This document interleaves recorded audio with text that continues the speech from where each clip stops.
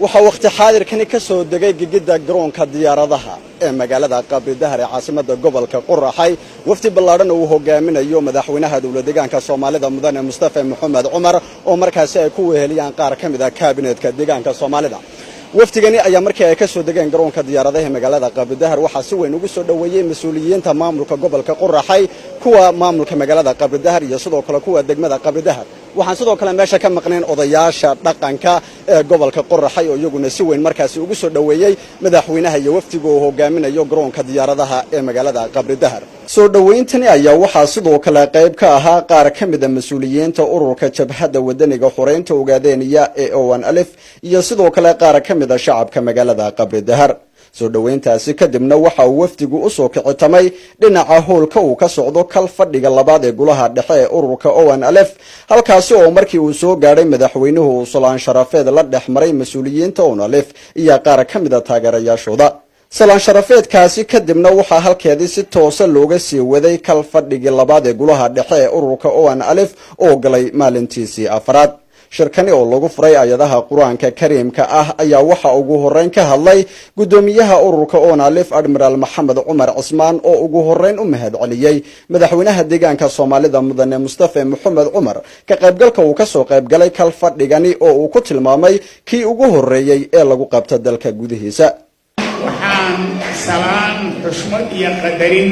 ballaaran xambaarsan u soo jeedinayaa madaxweynaha Mustafa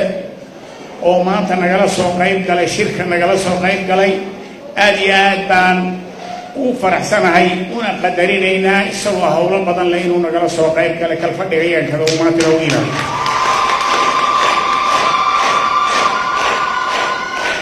madaxweyne waxaan kula socodsiinaynaa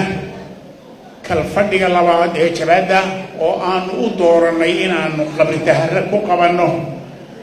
oo markii ugu horeysay ee dalka gudihiisa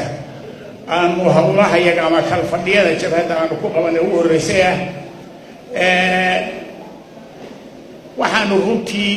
ujeedadu ay ahayd inaanu hawlahayagii ballaadhnaa ee muddada badan ama waqtiga dheer aanu dibadda ka waday inaanu u soo raro gudaha dalka inaanu u soo raro annagoo dalkayagii joognana aanu qiimayno hawlahayagu kuwa ay yihiin kuwana sugahaya iyo sidaanu u horumarin karayno iyo shuruucda iyo dokumentiga aanu ku horumarin karayno ama aanu ku socodsiin karayno inaanu si degan dadkayaga dhexdiisa iyo dalkayaga ugu qiimayno hawlahaasi runtii si fiican bay noogu socdaan maamulka deegaanka iyo dalkuna si fiican bay arrintaa gacan nooga siiyaan way ku mahadsan yihiin geestiisana madaxweynaha dawladda deegaanka Soomaalida mudane Mustafa Maxamed Umar oo halkaasi ka hadlay ayaa salaan kadib soo jeediyay in loo duceeyo isla markaasina loo sarakaco halgamayaashii ururka ONLF ee naftooda u horay shacabka deegaanka Soomaalida gudoomiye halgamaa Admiral Maxamed Umar Cismaan madaxweynaha jabhadda ONLF Abdulxaashan Mahdi halgamayaasha kale ee jooga kamid ah Abdullah Mustafa عبدان محمد شريف البدقح شير مختل هي انت الكلام مدعينا هذا كسو كوبين تمانتي وان سلامية وما شعب كسو قبل سلامية فنادي كنا العلمية إن نوع سنتين إن كسو قبل الله حفلتنا وفتتين لشركة يسعودي يدوكو سيدا بسعطان شركي حزب المغادر الصومالي وقبصدي لو تدوار كهر تصب البشري ودوت مادين أنا وكيني قوان نريد وحيب هيسا معنا هذا بلارن إلى اسكتاتنا هاي اسكتاتنا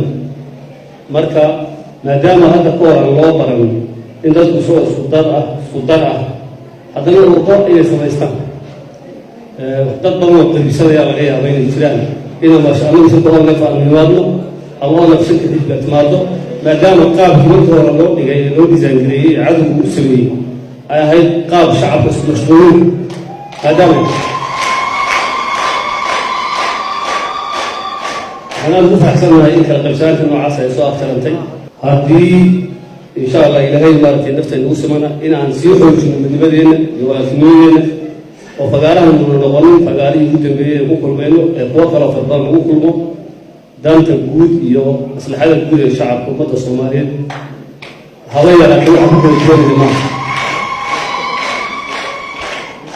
madaxweynaha ayaa sidoo kale sheegay inay diyaar u yihiin inay wada hadlaan midoobaan oo ay isku duubnaadaan ururka ONLF si looga wada shaqeeyo danaha ummadda deegaanka Soomaalida waxaan diyaar u nahay ONLF inaan wada hadalno inaan midoobno inaan gacanta isqabsano inaan hadal wada isku dalbanahay isku diin banahay waxa weeyaan loo dhaxeeyo taas xilligeeda in la gaaro umadii hore way tashanayaan way soo imanayaan wada xaajoonayaan haddii lagu heshiiyo isku urur lagu halgamana sax haddii lagu halgamaan lagu heshiiyo waa sax wax maaragtay meel ka go'an geed ma jirto laakiin maslaxada ummadda Soomaaliyeed meel loo soo wada jeedsado diyaar baan u nahay waxaan rajaynayaa inayna inta fufaansho iyo soo dhaweyn ay ka iman doonto السلام عليكم ورحمة الله وبركاته. shirkaasi kadib ayaa waxay madaxweynaha iyo wafdigii uu hogaaminayay ay dib ugu soo laabteen garoonka diyaaradaha ee magaalada Qabridahar halkaasi oo ay uga kicitameen magaalada Goday ee caasimadda gobolka Shabeelle kadib markii ay wafdigu ka degeen garoonka diyaaradaha ee magaalada Godayna waxa soo dhaweyn kala hor yimid mas'uuliyiinta gobolka Shabeelle kuwa maamulka magaalada Goday iyo kuwa degmada iyo sidoo kale odayaal dhaqameedka gobolka Shabeelle waxa ayna wafdigii uu hogaaminayay madaxweynaha dawlad deegaanka Soomaalida mudane Mustafa Maxamed Umar ay waqti xaadirkani ku sugan yihiin magaalada Goday ee caasimadda gobolka Shabeelle oo ay uga sii bixi doonaan gobolada Afdheer iyo Doolo.